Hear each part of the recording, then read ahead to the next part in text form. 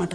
ఆ గుడిసెలో మమ్మల్ని నన్ను ఒక్కదాన్నే ఉంచేది, వాళ్ళందరూ ఇంట్లో ఉండి. ఒక బుచ్చగాందాన్లాగా ఆ గుడిసెలో ఉండి ఆ పాపను వేసుకొని పాపను ఆ ఇంట్లో పెట్టి పనికి వెళ్ళేదాన్ని. వచ్చే వరకు ఆ పాపను ఎవరు ఎత్తుకునేవాళ్ళు గారు, ఆమెకు అన్నం కూడా పెట్టేవాళ్ళు గారు. ఏడ్చి ఏడ్చి ఏడ్చి ఏడ్చి జొల్లు గారుచుకుంటూ అందులోనే ఆ జొల్లులోనే పడుకొని బాధపడుతూ ఉండేది నా బిడ్డ.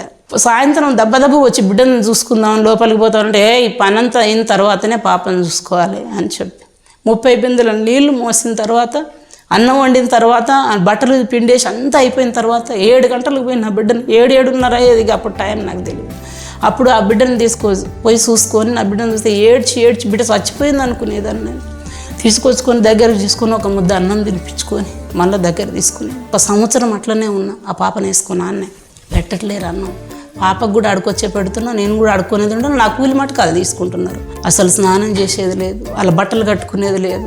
3 నెలలకు ఒకసారి స్నానం చేసినా ఊరుకోపోయేది. మా చాలా ఇదిగా ఉండేదన్నమాట. అన్నం పెట్టకపోతుండే అడుక్కొని తింటుంటే ఊరు